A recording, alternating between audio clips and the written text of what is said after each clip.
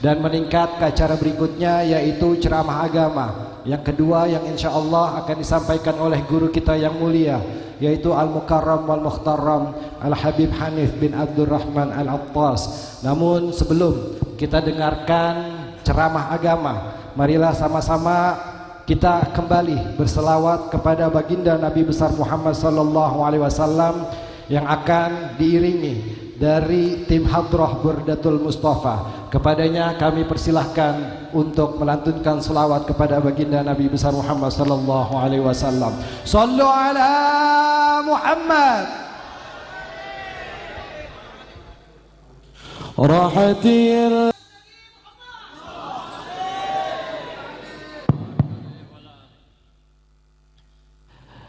Assalamualaikum warahmatullahi wabarakatuh.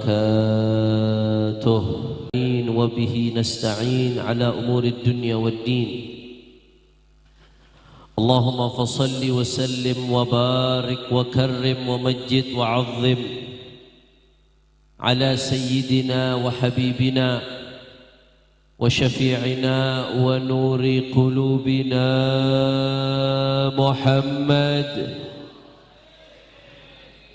الفاتح لما أغلق والخاتم لما سبق ناصر الحق بالحق والهادي إلى الصراط المستقيم وعلى آله وصحبه حق قدره ومقداره العظيم يا فتاح يا عليم. أما بعد.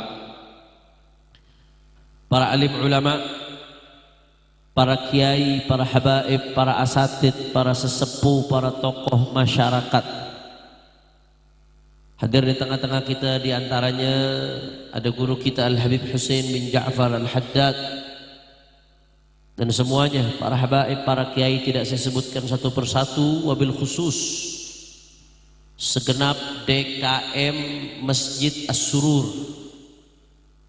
khususnya yang menjadi wasilah datangnya saya ke tempat ini, Ustaz Andi dan semuanya. Tidak saya sebutkan satu persatu tanpa mengurangi rasa hormat dan ta'zim saya kepada beliau-beliau semua. Kita doakan mudah-mudahan guru-guru kita Allah panjangkan umurnya, Allah sehatkan badannya, Allah jaga zahir batinnya, Allah menangkan perjuangannya. Amin ya Rabbal. Dan salam penghormatan yang paling istimewa saya hadiahkan kepada hadirin. Ini ada hadiratnya bakal nih. Oh di sono. Hadirin, hadirat, muslimin, muslimat, mukminin, mukminat yang hadir pada malam hari ini, semua angkat tangannya, kita minta sama Allah. Mudah-mudahan tidaklah kita keluar dari tempat ini kecuali semua dosa kita diampuni oleh Allah.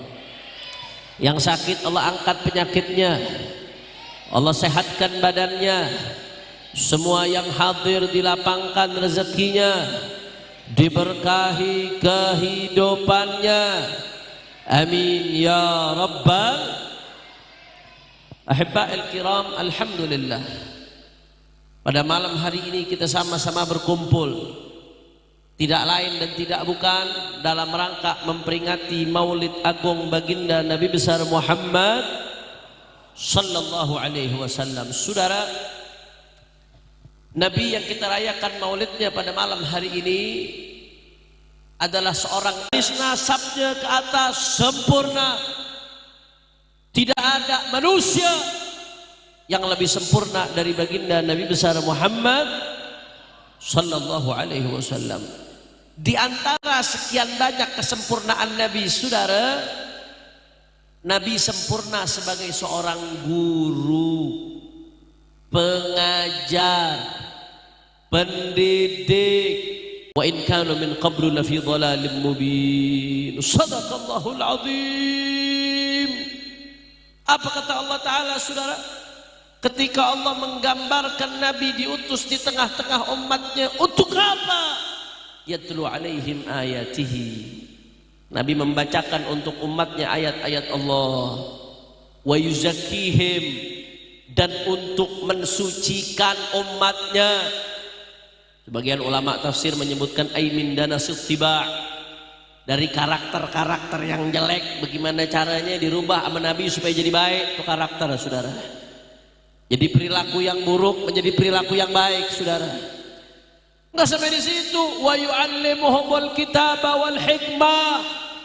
Nabi diutus untuk ta'lim, mengajarkan kepada kita apa yang diajarkan Alkitab, Al-Quran dengan segala isinya, saudara. Wal hikmah, sebagian ahli tafsir menyebutkan yang dimaksud dengan hikmah al-ilm nafi', ilmu yang bermanfaat. Nabi diutus buat ngajarin kita mana yang baik, mana yang buruk, mana yang benar, mana yang salah, mana yang hak, mana yang batil. Makanya nggak ada guru, nggak ada pengajar, nggak ada pendidik yang lebih dahsyat dari baginda Nabi Muhammad sallallahu alaihi wasallam. Itu yang pertama. Kira-kira jelas apa kagak? Ini lemes-lemes bener orang kebon jeruk nih. Jelas apa kagak? Jelas apa kagak? Yang kedua, saudara, di dalam hadis yang diriwayatkan oleh Imam Ibnu Majah dari sahabat Abdullah ibnu Amr ibn al-As radhiyallahu anhuma, Sayyidina Abdullah bin Amr ibn al-As bercerita bahwasanya suatu saat Rasulullah SAW keluar dari rumahnya masuk ke dalam masjid. Di dalam masjid Rasulullah mendapatkan ada dua halaqatain, dua perkumpulan.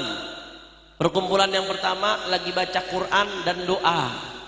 Perkumpulan yang kedua yu'allimun wa yata'allamun, lagi melakukan proses belajar mengajar, saudara. Masuk Nabi ke dalam masjid, Nabi mendapatkan dua perkumpulan ini. Apa kata Nabi sallallahu alaihi wasallam? Kullun ala khair. Kata Nabi dua-duanya bagus. Amma haula yaqra'una al-Qur'an wa yad'una Allah. Adapun mereka kelompok yang pertama, mereka baca Quran, mereka doa minta sama Allah.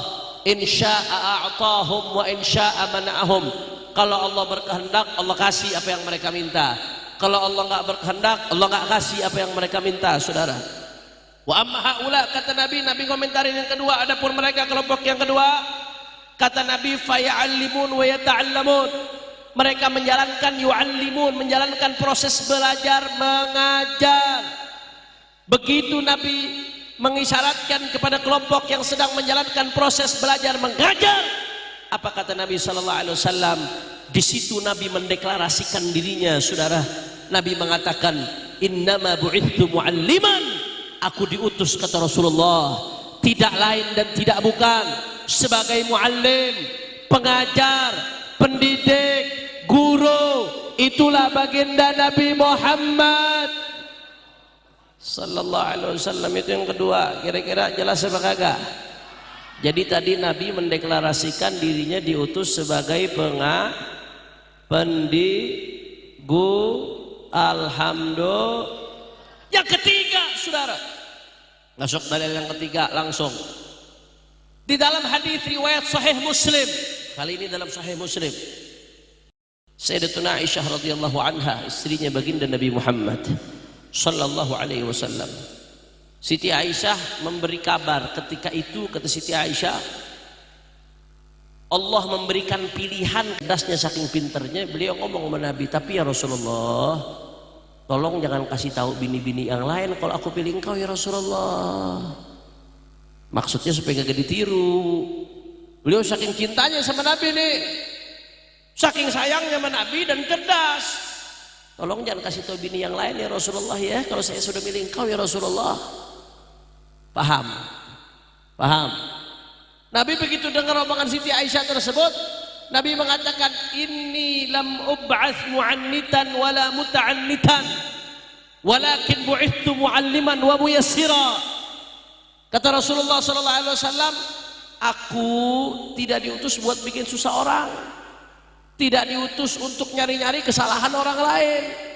Maksudnya Nabi mau ngasih pesan kepada istri tercinta Siti Aisyah, kalau memang bagusnya saya kasih tahu ke istri yang lain, kamu udah milih aku, nggak ada masalah. Kalau itu jadi baik buat mereka, untuk ditiru buat mereka, nggak ada masalah. Nabi mau ngasih pesan begitu maksudnya, saudara. Setelah itu Nabi lagi-lagi deklarasi, walakinni bu'ithtu mu'alliman wa muyassira. Kata Nabi, akan tetapi aku diutus mualliman sebagai pengajar, guru, pendidik, wa muyassira, dan untuk bikin gampang umatnya baginda Nabi Muhammad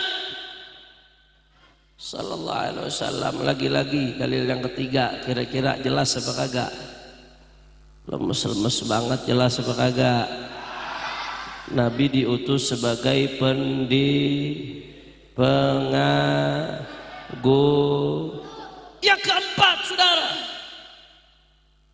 hadisnya di Sahih Muslim juga, diriwayatkan oleh sahabat Muawiyah ibn al-Hakam as-Sulami radhiyallahu anhu. Ketika itu sahabat Muawiyah ibn al-Hakam as-Sulami sholat jadi makmum di belakangnya Rasulullah sallallahu alaihi wasallam. Di tengah-tengah sholat, ketika itu Rasulullah sallallahu alaihi wasallam jadi imam, para sahabat menjadi makmum, saudara. Di tengah-tengah sholat ada yang bangkis. Orang Kebon Jeruk tahu bangkis? Kalau kagak tahu bangkis tuh KTP-nya numpang berarti itu, saudara. Ada yang bangkis, bersin. Begitu ada yang bersin, sama sahabat Muawiyah bin Hakam dijawabin, yarhamukallah, mudah-mudahan kamu dirahmatin oleh Allah. Diajak ngomong, saudara. Saya mau tanya, lagi sholat ngajak ngomong orang, batal apa kagak? Mungkin waktu itu awal-awal Islam ya, mungkin ada yang belum tahu hukum-hukum yang berkaitan dengan sholat, mungkin wajar saat itu, saudara. Begitu ini sahabat ngajak ngomong tadi, yarhamukallah, mudah-mudahan kamu dirahmatin oleh Allah. Dalam sholat itu yang namanya khitab, lawan bicara cuma boleh dua, Allah wa Rasuluh. Kita cuma boleh lawan bicaranya Allah atau Nabi Muhammad SAW. Selain dua itu nggak boleh, saudara. Termasuk ngedoain orang tapi ngomongnya kamu, mudah-mudahan kamu dirahmati Allah. Menjadikan orang yang didoakan lawan bicara, batal tuh sholat ya, saudara. Nggak boleh seperti itu. Makanya sahabat-sahabat yang lain, faramahul qawmu bi absarihim, begitu dia ngomong seperti itu, sahabat yang lain pada ngelirik ke dia semuanya. Dia ngerasa satu masjid ngelirik semua ke dia. Bukannya diem, malah ngomong lagi. Wa sukla ummiya ma balukum tanduruna ilayya. Kalau bahasa Kebon Jeruknya, apes, kenapa lu pada ngeliatin gua? Bukannya diem, dia ngomong lagi, saudara. Singkat cerita, sebagian sahabat sampai geregetan, sampai mukul fayadribuna bi afkhadhihim, sampai mukul paha. Maksudnya diem, jangan ngomong, diem lagi sholat ini, diem. Terakhir dia baru ngeh, tahu? Yang nggak tahu kurang makan nasi uduk tuh, saudara. Terakhir dia baru ngeh, oh maksudnya saya disuruh diem, baru didiem. Selesai sholat, sahabat tadi yang ngomong ketika sholat dipanggil oleh Rasulullah sallallahu alaihi wasallam. Bayangan dia, Pak, bayangan dia Nabi bakal marah, dia bakal dibentak sama Nabi sallallahu alaihi wasallam, bayangannya tuh. Tapi ternyata begitu dipanggil sama Nabi diajak ngomong dengan lemah lembut. Apa kata Rasulullah? Inna hadhihi salah la yasluh fiha syai' min kalamin nas, innama hiya tasbihun wa takbirun wa tilawatu Quran. Ini kalau sholat, kata Nabi, nggak boleh ngomong. Sholat itu nggak boleh bicara sama manusia. Sholat itu isinya tasbih, takbir, baca Quran. Nggak boleh sholat ngobrol sama manusia. Dengan lembut Nabi kasih nasihat, saudara. Saya mau tanya jamaah As-Surur, Nabi ngasih nasihat dengan lembut santun seperti itu, indah atau tidak? Indah atau tidak? Terpesona dia dengan keindahan cara ngajar Nabi, saudara. Dipikir mau diomelin, mau dibentak, tapi ternyata Nabi kasih tahu dengan lembut santun, dengan begitu indah. Terpana dia dengan Rasulullah SAW, sampai-sampai dia mengucapkan kata-kata yang kata-kata tersebut dicatat dengan tinta sejarah. Apa kata sahabat tadi? Wallahi ma ra'aitu mu'alliman qablahu wala ba'dahu ahsan ta'liman min Rasulillah sallallahu alaihi wasallam, ma kaharani wala syatamani wala darabani. Kata sahabat tadi, demi Allah, aku nggak pernah lihat ada guru, pengajar, pendidik yang cara ngedidiknya lebih bagus dari Nabi Muhammad. Maka harani, Nabi nggak bentak saya, wala syatamani, Nabi nggak ngehina saya, wala darabani, Nabi nggak mukul saya. Terpana dia dengan akhlaknya Rasulullah. Allahumma salli ala Muhammad. Allahumma salli ala Muhammad. Allahumma salli ala Muhammad. Jawab yang kompak, keluarin suaranya, keluarin. Kalau begitu Nabi sebagai guru sempurna atau tidak? Nabi sebagai pengajar sempurna atau tidak? Nabi sebagai pendidik sempurna atau tidak? Apa ada pendidik yang lebih hebat dari Nabi? Apa ada pengajar yang lebih hebat dari Nabi? Apa ada guru yang lebih hebat dari Nabi? Sallu ala Nabi. Allahumma salli wa sallim wa barik alaihi wa ala alihi wa ashabihi. Yang kelima, saudara, salah satu tolak ukur barometer kesuksesan seorang guru, kalau muridnya sukses. Guru yang berhasil mendidik murid sampai sukses berarti gurunya sukses. Kita lihat di Jakarta ada Sayyidil Walid Habib Abdurrahman bin Ahmad As-Saggaf. Murid-muridnya aja Masya Allah, ulama, aulia, solehin. Itu berarti tanda gurunya sukses. Kita lihat di Jakarta, di Betawi ada muallim Kiai Haji Syafi'i Hadami. Murid-muridnya Masya Allah. Salah satu murid beliau Muallim Bunyamin rahimahullah, kita baru kehilangan beliau. Mudah-mudahan kita dapat keberkahannya. Muridnya jadi begitu, saudara. Muridnya orang-orang soleh, aulia, ulama. Murid-muridnya sukses, tanda berarti gurunya Itu salah satu tolak ukur. Kalau tolak ukur ini kita terapkan ke Rasulullah SAW. Siapa muridnya Rasulullah?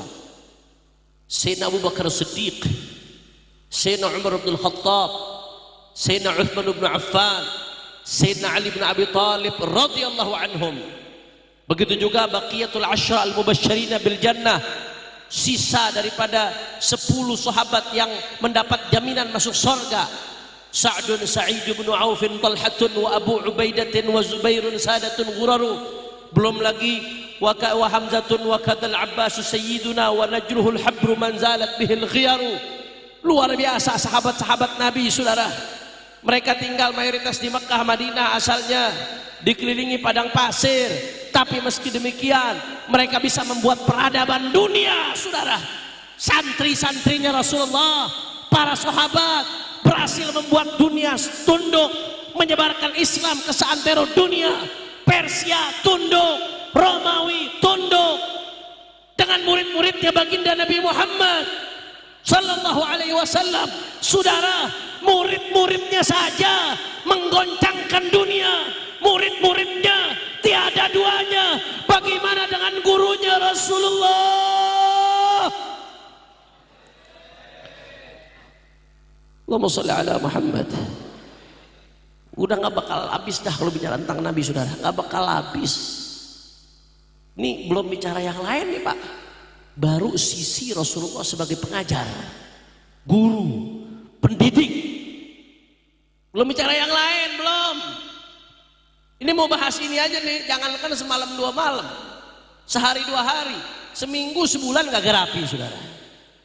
Abu Yasid Muhammad bin Abdul Maliki sampai tulis kitab khusus judulnya Usul At-Tarbiyah An-Nabawiyah, pondasi pendidikan kenabian. Cuma bicara soal bagaimana pendidikannya Rasulullah SAW. Ada Syekh Abdul Fattah Abu Ghuddah, juga salah satu guru daripada Al-Walid Al-Habib Rizik, guru hadis beliau, Allamah muhaddits.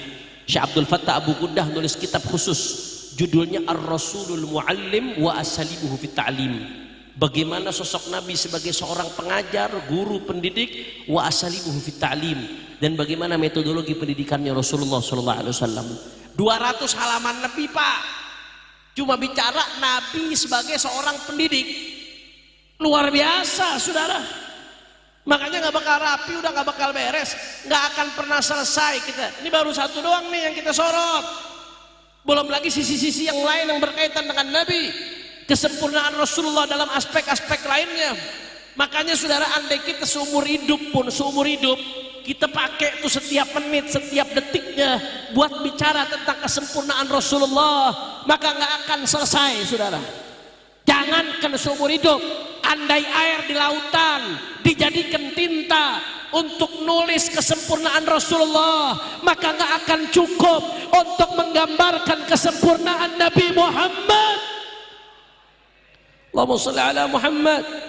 Makanya saya mau tanya, jawab yang kompak. Kalau begitu Nabi sempurna atau tidak? Sempurna atau tidak? Agung atau tidak? Mulia atau tidak? Apa ada yang lebih sempurna dari Nabi? Apa ada yang lebih hebat dari Nabi? Kalau begitu Rasulullah sebagai guru sempurna atau tidak? Rasulullah sebagai pengajar sempurna atau tidak? Rasulullah sebagai pendidik sempurna atau tidak? Apa ada guru, pengajar, pendidik yang lebih hebat dari Nabi? Semua angkat tangannya, surur takbir, takbir, sallu ala nabi. Allahumma salli wa sallim barik alaihi wa ala alihi. Jam berapa nih? Udah setengah, saya mau lanjut udah setengah 12. Katanya orang sini kalau setengah 12 udah pada tidur biasanya. Lanjut apa kagak ini? Bu, lah ibu-ibu banyak ini, suara kagak ada, jangan-jangan kuntilanak itu. Bu, sehat bu, baik bu. Kita doain mudah-mudahan ibu-ibunya panjang umur, sehat walafiat, makin disayang sama suaminya. Tapi kalau yang saya lagi ceramah, ibu-ibunya ngobrol, saya doain lakinya kawin 3. Bercanda bu. Kenapa Pak? Saya negor ibu-ibu duluan. Karena kalau ibu-ibu udah aman, yang lain aman. Ibu-ibu ini penguasa jalanan, sennya ke kanan, beloknya ke kiri, saudara. Kenapa Bu? Hah? Mau ke toilet, anterin kamar mandi. Doain biar jadi anak soleh insya Allah. Nah, anak-anak kita semua jadi anak soleh. Amin ya Rabbal. Amin. Kusangkain mau ngadu ke ibunya, saya negor ibu-ibu.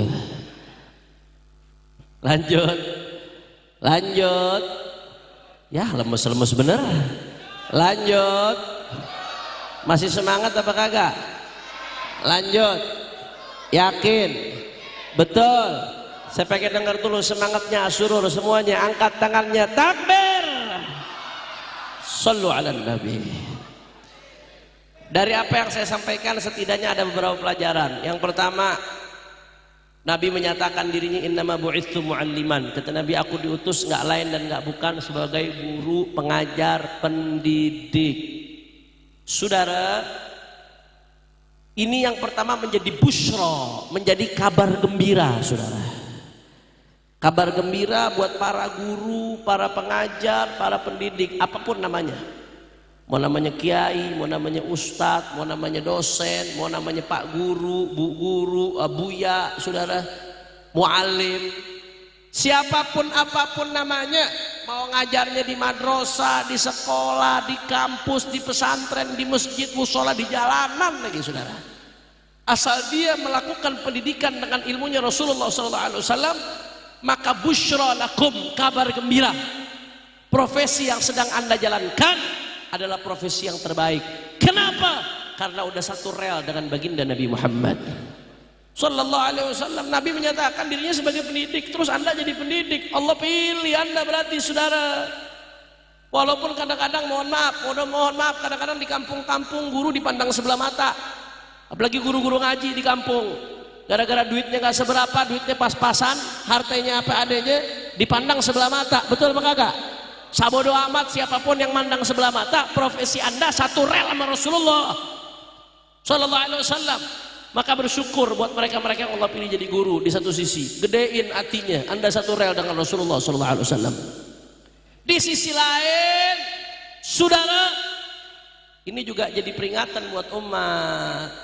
Anda ketika memuliakan para guru, para ustadz, para kiai, berarti Anda sedang memuliakan baginda Nabi besar Muhammad sallallahu alaihi wasallam, karena Anda sedang memuliakan orang yang sedang melanjutkan estafet perjuangannya Rasulullah sallallahu alaihi wasallam, saudara. Jangan main-main. Begitu juga peringatan buat pemerintah. Pemerintah harus lebih menghormati guru, harus lebih menghargai guru. Ya, di satu sisi saya akui memang guru harus ikhlas, harus lillahi ta'ala. Tapi di sisi lain pemerintah mesti menghormatin guru. Guru juga manusia. Jangan digaji sekenaknya, Dia juga punya anak, punya bini, punya keluarga, ada kebutuhan. Giliran guru gajinya kecil, anggota DPR gajinya gede, saudara. Betul apa kagak? Betul apa kagak? Saya mau tanya sama jamaah Asyura nih, kalau ditukar gaji guru sama gaji anggota DPR, setuju apa kagak? Setuju, saudara. Masya Allah. Kira-kira sampai sini jelas atau tidak? Maka pemerintah wajib lebih menghargai guru, bukan sekedar seremonial, tapi betul-betul dijamin daripada kehidupan setiap daripada guru-guru, karena menghargai mereka sama saja menghargai baginda Nabi besar Muhammad sallallahu alaihi wasallam. Yang kedua, saudara, dari apa yang saya sampaikan, Nabi tadi menyampaikan innama bu'itsu mu'alliman. Kata Nabi, aku diutus, pakai kata-kata innama. Innama itu kalau kita belajar nahu sama Ustaz Zain, kalau kita belajar nahu sama beliau, innama itu yufidul hasr, menunjukkan makna hasr, artinya tidak lain dan tidak bukan.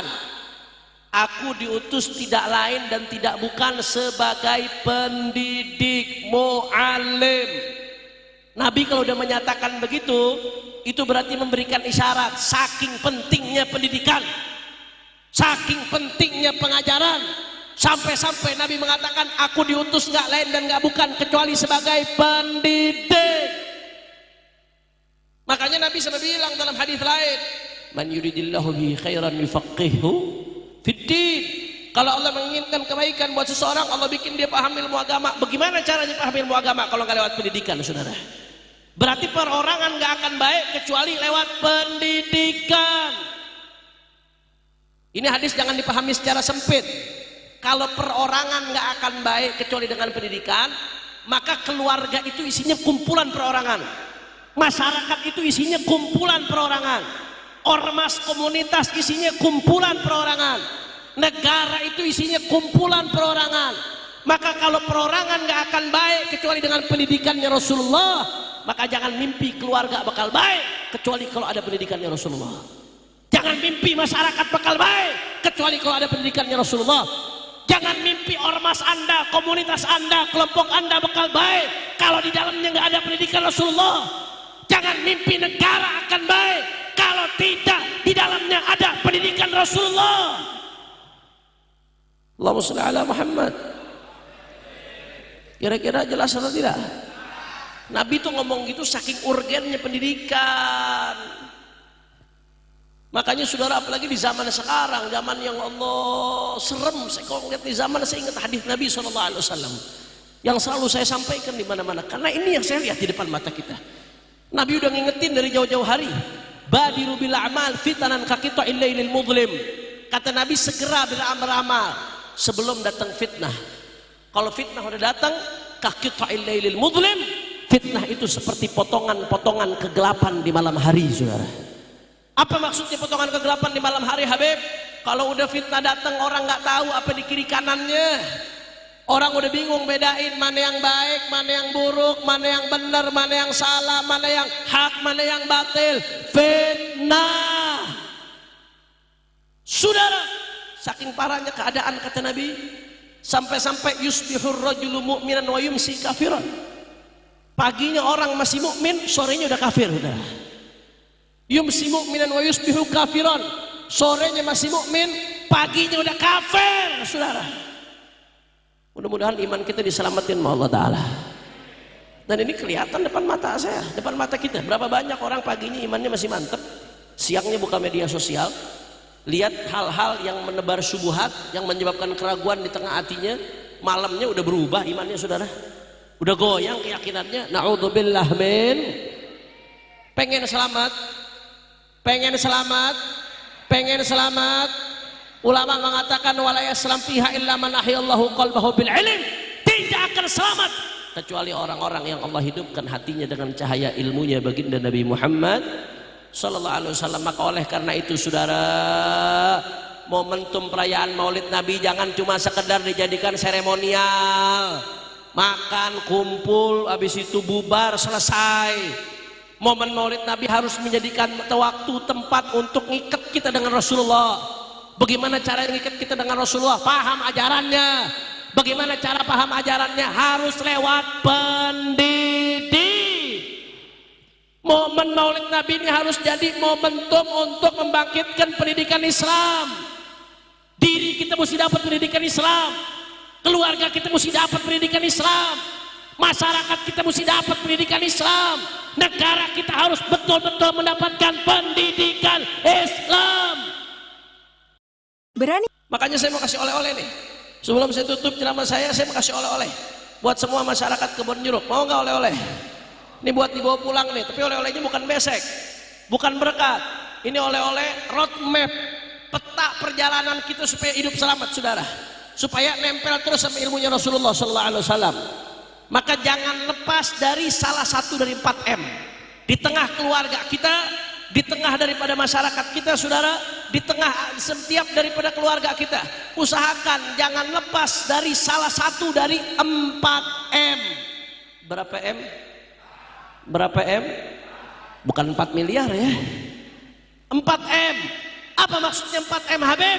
M yang pertama mondok. M yang pertama apa? Orang kompak. M yang pertama apa? Orang semangat. M yang pertama apa? Mondok, saudara. Masukin anak ke pondok pesantren, udah paling bener sekarang.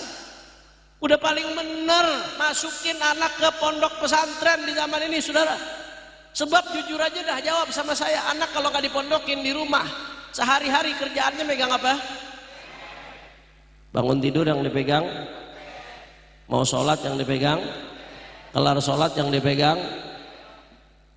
lagi depan orang tua yang dipegang, mau makan yang dipegang, sendok, mau makan megang HP, mau ngobok kuah pakai HP. HP nggak berhenti-berhenti. Bahkan ada survei, saudara, ada studi membuktikan Indonesia salah satu negara di dunia dengan durasi penggunaan HP terlama per harinya. Indonesia salah satunya, saudara. Jadi kalau dipukul rata-rata orang Indonesia sehari megang HP 7 sampai 8 jam, saudara, per hari. Lu bayangin 7-8 jam kalau dipakai buat baca Quran, lu udah pada bisa terbang semua, lu jadi wali. Per hari 7-8 jam baca Quran. Ini fakta. 7-8 jam itu rata-rata. Belum yang main Mobile Legend ini. Ah, tuh tunjuk-tunjukkan lo pada lo.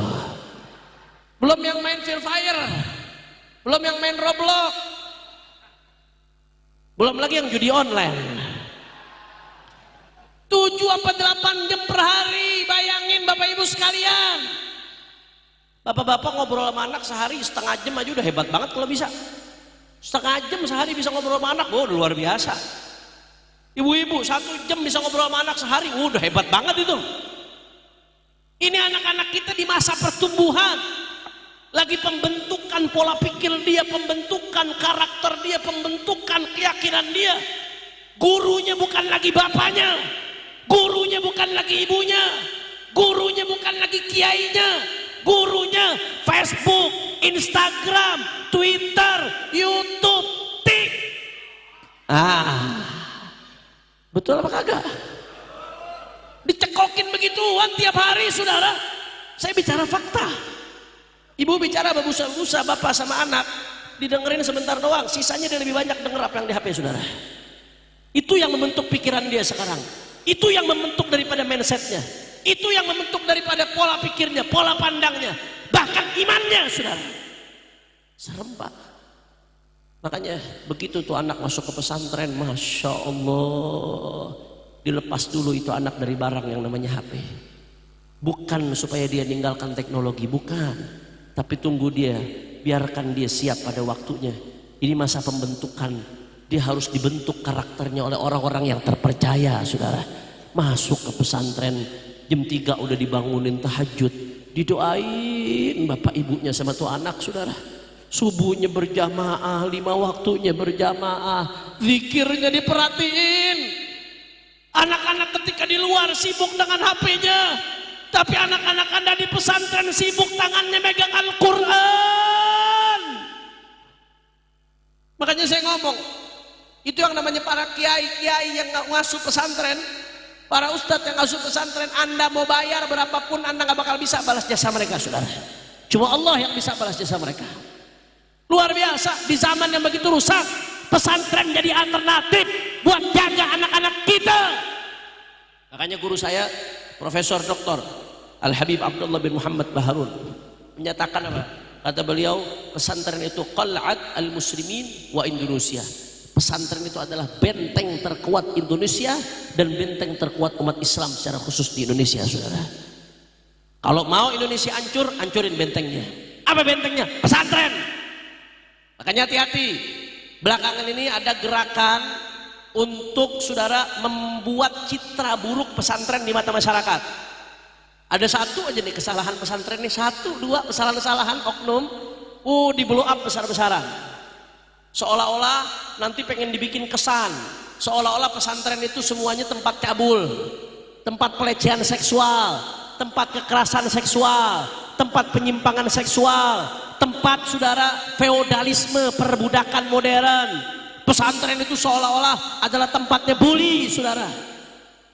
Padahal yang model begitu satu dua itu pun kita dukung. Kalau ada yang seperti itu wajib dihukum seberat-beratnya. Karena selain dia penjahat, dia merusak citra pesantren. Betul apa kagak? Betul apa kagak? Tapi pesantren yang lain yang bagus banyak, yang pengasuhnya soleh banyak. Jangan gara-gara yang begini di blow up besar-besaran seolah-olah itu mewakili wajah pesantren. Pelecehan seksual, yang namanya kekerasan seksual, yang namanya bully di luar pesantren jauh lebih parah, saudara. Betul apa kagak?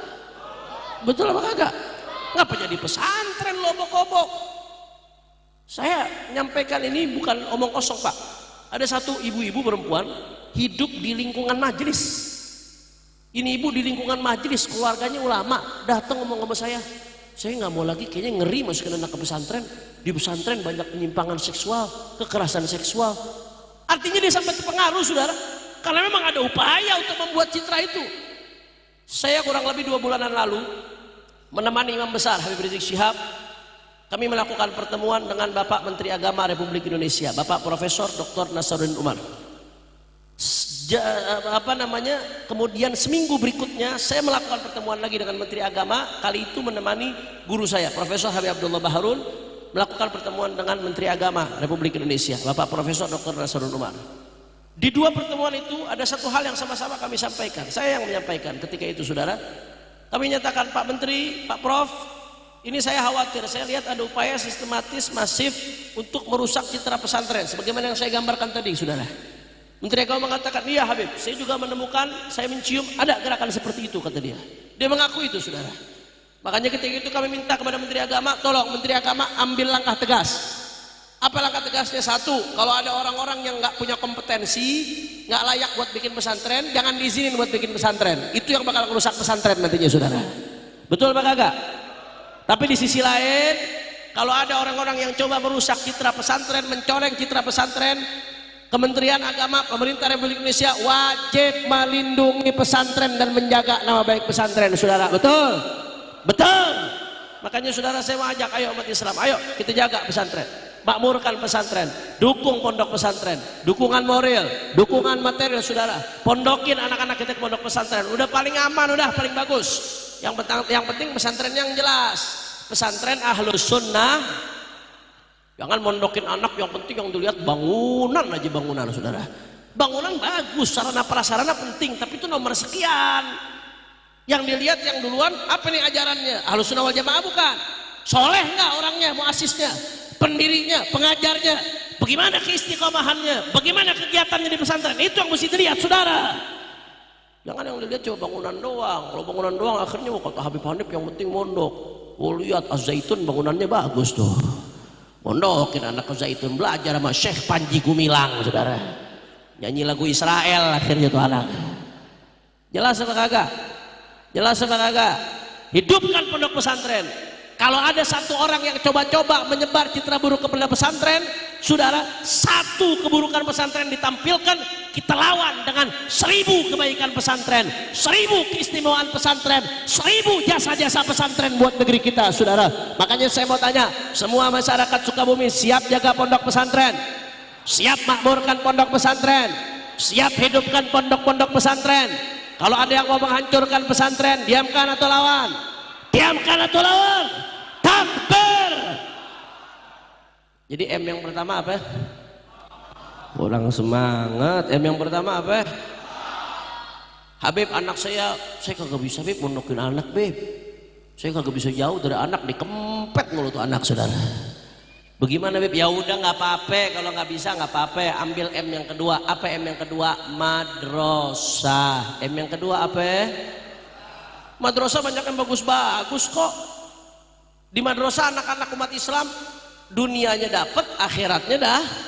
Man arada dunia fa alaihi bil ilmi wa man arada al akhirata fa alaihi bil ilmi wa man aradahuma fa alaihi bil ilmi. Madrasah tempatnya itu saudara.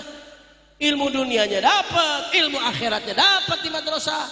Enggak, apalagi di Jakarta kita gak kekurangan madrasah yang bagus, yang unggulan. Kenapa takut? Kadang umat Islam geng, dunia dapat, akhirat dah. Giliran doa, Rabbana atina fid dunya wa fil akhirati. Pengen hasanah dunia, hasanah akhirat, tapi didik anaknya dunia akhirat kagak mau saudara. Kira-kira jelas apa kagak? M yang pertama apa? Kurang kompak. M yang pertama apa? M yang kedua? Ulangin lagi biar hafal. M yang pertama, M yang kedua. Beb, anak saya udah terlanjur masuk ke sekolah yang bukan madrasah. Bagaimana nih? Udah biaya keluar. Kalau saya tarik lagi saya kagak mampu Beb ngebiayainnya lagi dari ulang lagi. Ya udah nggak apa-apa. Ada solusi. Ambil M yang ketiga. Apa itu M yang ketiga? Mengaji. M yang ketiga apa? Apa M yang ketiga? Sekali lagi. Tadi M yang pertama. M yang kedua, M yang ketiga, ngaji, biar bisa baca Quran, biar tahu halal haram, biar tahu cara-cara ibadah. Jangan gak ngaji sama sekali. Betul apa kagak? Besok kamu kalau anak-anak kamu gak bisa ngaji, kamu mati siapa mau bacain? Ada orang kaya raya, duitnya asetnya miliaran. Pas mati yang namanya karangan bunga berjejer saudara, jabatan tinggi luar biasa. Begitu mati saudara, itu yang namanya jasadnya masih di tengah-tengah rumah, mayat masih belum dikubur, udah setel kaset Quran saudara. Ini kemana anaknya kagak ngajiin? Oh, anaknya nggak bisa baca Quran.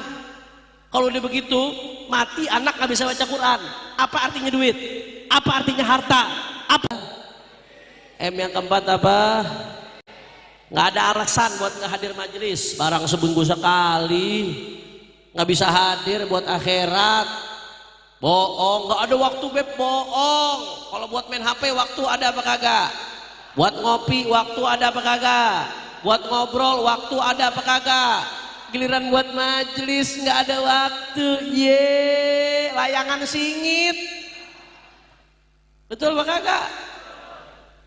Buat akhirat gak ada waktu. Alhamdulillah tahadduts ni'mah. Saya pengajian rutin 19 titik. Itu dengan 19 kitab yang berbeda, saudara. Itu hampir semuanya ditayangin di channel YouTube saya, Habib Hanif Official. Like, subscribe, and share. Sekalian promosi. Artinya saya mau bilang nggak ada alasan buat nggak ngaji. Mau cari ulama yang alim bagaimana lagi ada di YouTube. Yang penting jangan asal ngaji. Kata Habib Hanif ngaji di YouTube, akhirnya belajar sama Mama Gupron saudara. Wa maqali inna rahmatan lafi Allah. Ngomong mencacing. Jelas apa kagak? Silakan di medsos juga bisa ngaji. Yang penting gurunya ahlus sunnah. Ahlus sunnah. Kira-kira sampai sini jelas atau tidak? Tadi M yang keempat apa? M yang keempat apa? Balik ke M yang pertama apa? Kalau nggak bisa M yang pertama, M yang kedua apa? Nggak bisa M yang kedua, M yang ketiga apa? Nggak bisa M yang ketiga, M yang keempat apa? Mondok ogah, madrasah kagak mau, mengaji ogah, majelis kagak mau. Silahkan ambil M yang kelima. Apa itu? Mati aja loh. Jelas.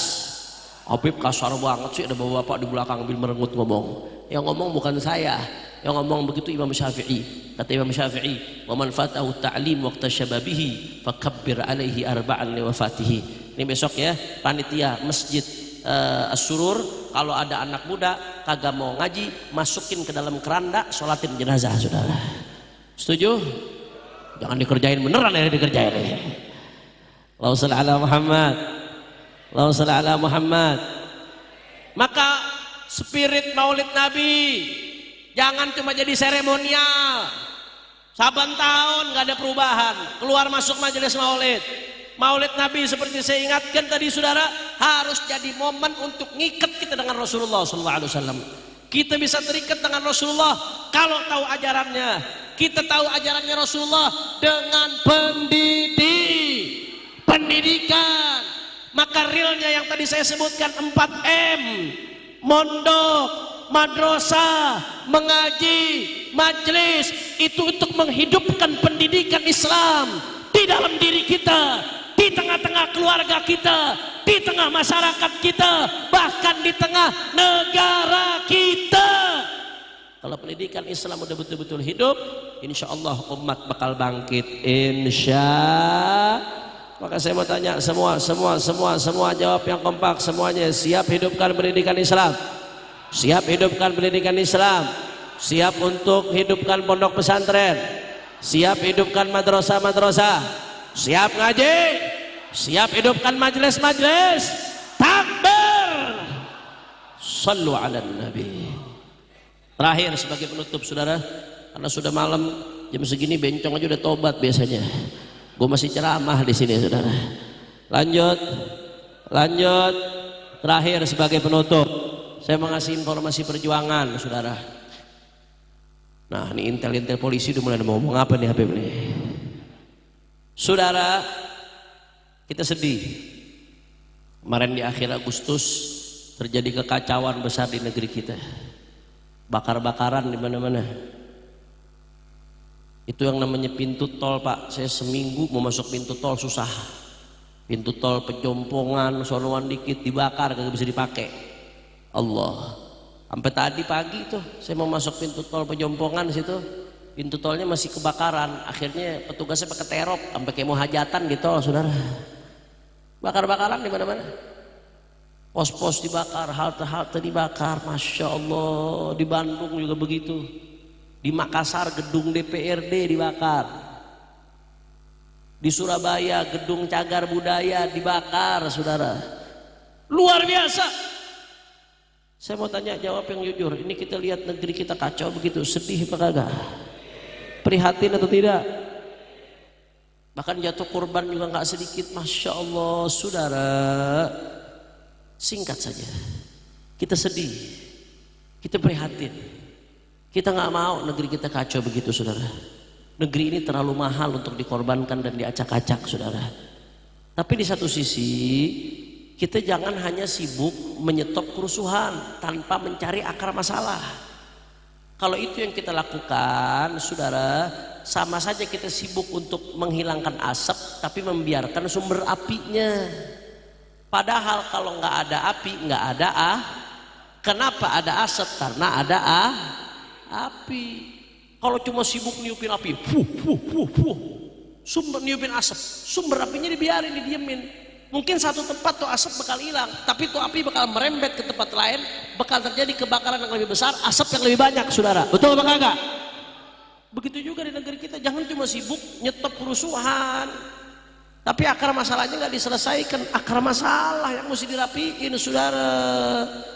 Ya kita nggak pungkiri ada indikasi, ada yang menunggangi kerusuhan-kerusuhan itu, ada yang berusaha memancing di air keruh. Ya bisa jadi, saudara. Tapi lebih jauh dari itu, saudara, kita mesti introspeksi. Ini ada akar-akar masalah yang menyebabkan jadi panas di negeri kita. Di antara penyebab masalahnya apa? Adanya pejabat-pejabat yang tidak berakhlak. Betul atau tidak? Betul atau tidak? Tuh salah satu akar masalahnya. Mulut nggak bisa dijaga. Rakyat lagi protes sama DPR. Rakyat ditolol-tololin, saudara. Setolol-tololnya tolol. Akhirnya rumahnya digerebek, saudara. Begitu rumahnya digerebek sama rakyat, ijazahnya ketahuan, banyak 6-nya, saudara. Tolol-tololin rakyat, rapotnya banyak 6. Saya nggak membenarkan penjarahan ya, penjarahan haram. Terus jangan, kata Habib Hanif penjarahan, penjarahan habis. Saya nggak membenarkan, nggak, penjarahan hukumnya haram, ngambil sesuatu yang bukan haknya haram. Kita nggak pengen negeri kita jadi kayak hutan rimba, saudara, nggak. Tapi kita mesti lihat dong sebabnya ini apa. Nggak jaga akhlak. Begitu juga saudara, DPR lagi diprotes. Ini bapak-bapak lagi pusing nih, pengeluaran banyak, pengangguran di mana-mana, PHK di mana-mana, barang-barang mahal, pajak tinggi, saudara. Orang rakyat lagi susah di mana-mana. DPR selesai sidang itu, dia joget-joget di gedung DPR, saudara. Padahal itu gedung listriknya dibayar pakai duit rakyat. Kursi tempat dia duduk dibeli pakai duit rakyat. Anggota DPR digaji pakai duit rakyat. Tapi rakyat lagi susah, mereka menari-menari, saudara. Betul atau tidak? Pantas rakyat marah, diprotes, jangan joget-joget, malah diledek pakai parodi sound horeg, saudara. Masya, apa ini? Ini salah satu akar masalah, saudara. Akar masalah. Belum lagi urusan korupsi, sampai urusan haji dikorupsi, haji, saudara. Haji. Tahu haji? Haji itu suci, ibadah, dikorupsi, kurang ajar. Urusan berbagai macam dikorupsi. Belum lagi urusan adanya pejabat-pejabat yang nggak kompeten di bidangnya. Ini akar masalah yang bisa bikin kekacauan. Kalau ini nggak diatasi, kapanpun bisa pecah lagi, saudara. Makanya kita nggak pengen ini terjadi. Jangan udah ribut baru tuntutan dipenuhi, jangan. Nah, kalau kata dokter Khalil Nafis, ya, ketua MUI, salah satu ketua MUI di bidang dakwah, dia bilang kadang-kadang negeri kita ini pejabat kalau udah ribut baru diturutin, saudara. Mestinya jangan nunggu ribut. Tapi ala kulli hal kita menatap ke depan, saudara. Kita lihat presiden mengambil langkah bagus, menyikapi keadaan ini. Anggota-anggota DPR yang bermasalah diminta untuk dicopot. Bagus atau tidak? Kemudian tunjangan anggota DPR yang bikin ribut juga diminta untuk tidak dinaikkan. Bagus atau tidak? Menteri-menteri ini ada beberapa mulai menteri-menteri bawaan daripada rezim sebelumnya mulai diganti-gantiin. Bagus atau tidak? Bagus atau tidak? Kemudian juga polisi banyak masalah, saudara. Kemarin presiden ingin punya program reformasi Polri supaya dibenahin tuh Polri. Bagus atau tidak? Karena masalah polisi ini banyak. KM 50 aja belum rapi sampai sekarang, saudara. Betul atau tidak? Betul atau tidak? Makanya ini udah bagus nih. Ini udah langkah positif yang dilakukan presiden. Langkah bagus, langkah positif. Kita umat Islam, kita bukan musuh pemerintah, saudara. Para ulama, para kiai, para habib bukan musuh pemerintah, bukan. Tapi kami juga bukan penjilat pemerintah, saudara. Bukan kiai, habib, ustadz yang menjilat pemerintah, yang mengiyakan apa saja tanpa menimbang terlebih dahulu. Nggak boleh, haram seperti itu, saudara. Apa yang bagus dari pemerintah kita? Program yang bagus, yang positif buat rakyat, wajib buat kita dukung, saudara. Betul atau tidak? Tapi sebaliknya, kalau ada yang melenceng, ada yang melanggar syariat, ada yang merugikan rakyat, apalagi menzalimi rakyat, wajib bagi ulama bersama umat untuk amar ma'ruf nahi munkar. Betul? Betul? Makanya saya mau tanya sekali lagi, jawab yang kompak. Ini langkah-langkah presiden saat ini untuk melakukan perbaikan di negeri kita, bagus atau tidak? Orang kompak, bagus atau tidak? Kalau presiden kita mau lawan mafia, diamkan atau dukung atau jangan?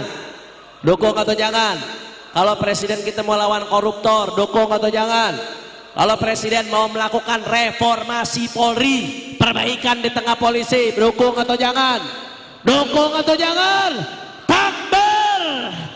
Takbir! Sallu ala nabi. Makanya ayo ya kita kembali ke akar masalah. Salah satu masalahnya adalah kebobrokan akhlak, maka solusinya adalah revolusi perbaikan akhlak. Mulai dari diri kita sendiri, perbaiki akhlak diri kita, perbaiki akhlak keluarga kita, perbaiki akhlak di kalangan lingkungan kita, sampai ke tingkat negara kita. Kalau kita melakukan revolusi akhlak sesuai dengan yang dipesankan Rasulullah SAW, maka negeri ini insya Allah akan jadi baik. Sekali lagi saya mau tanya terakhir, semua siap bersatu, siap rapatkan barisan, siap jaga persatuan, siap revolusi akhlak, siap revolusi akhlak. Semua angkat tangannya, takbir, takbir, takbir. Sallu ala nabi. Terakhir sebagai penutup, sama-sama kita baca sholawat dengan niat mudah-mudahan barakat sholawat pemimpin-pemimpin di negeri kita dapat taufik dan hidayah, kemudian rakyatnya juga dapat taufik dan hidayah, ulamanya juga dapat taufik dan hidayah. Kita doain juga barokah sholawat, mudah-mudahan ini semua yang hadir nih, laki perempuan semua dan masyarakat sekitar sini yang punya hajat Allah kabul hajatnya, yang sakit Allah angkat penyakitnya, Allah sehatkan badannya, semua yang hadir dibahagiakan dari dunia sampai akhiratnya, amin ya rabbal. Dan kita doa juga mudah-mudahan barokah sholawat, kita doain saudara-saudara kita di Palestina, saudara kita enak di sini bisa maulid dengan tenang. Saudara kita di Palestina udah 2 tahun lebih, saudara, pembantaian yang luar biasa, 80.000 lebih yang udah meninggal, saudara. Anak-anak kecil, perempuan, dunia nggak berdaya, nggak bisa melakukan apa-apa. Bahkan beberapa bulan kemarin untuk memasukkan sesuap nasi aja ke Gaza susah, saudara. Bahkan hari-hari ini mereka memutus total akses internet dari Gaza. Kita nggak tahu sekarang apa yang terjadi di dalam, saudara. Ya Rab, ya Rab. Mudah-mudahan bibarakatil maulidin Nabi, saudara-saudara kita di Gaza diberikan pertolongan oleh Allah. Palestina merdeka, Palestina merdeka, Israel hancur, Israel hancur, Amerika hancur, pendukung Israel hancur, amin ya rabbal. Ayo sama-sama semua hadroh ikut, backing vokal jangan ikut, biar jamaah jadi backing vokal. Siap goncangkan as-surur dengan sholawat, siap goncangkan as-surur dengan sholawat. Allahumma salli ala Muhammad, Allahumma salli ala Muhammad, Allahumma salli ala wa ashghili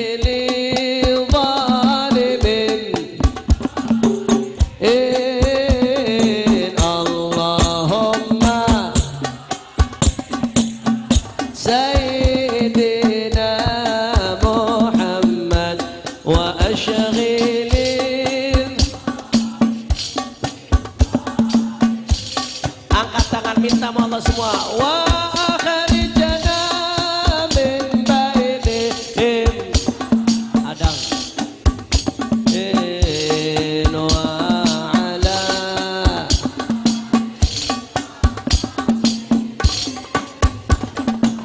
labbaik ras Allahumma ya Allah. Ashghili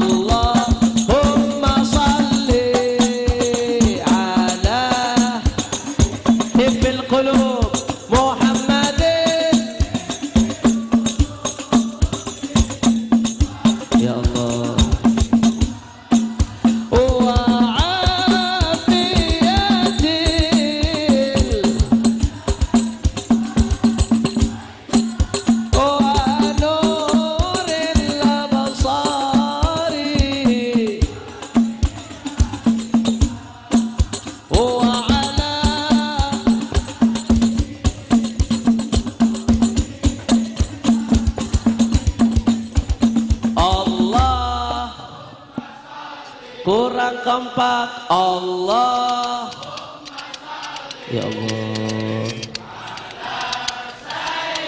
yang sakit sembuhkan ya Allah, yang hatinya sedih senangkan ya Allah, yang punya hajat kabulkan ya Allah, yang masih suka maksiat jadikan ahli taat ya Allah. Shifaiha wa nuril ya Habibi ya Rasulullah wa ala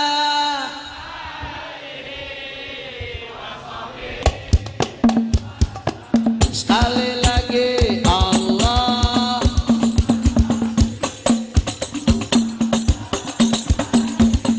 ya Habibi ya Rasulullah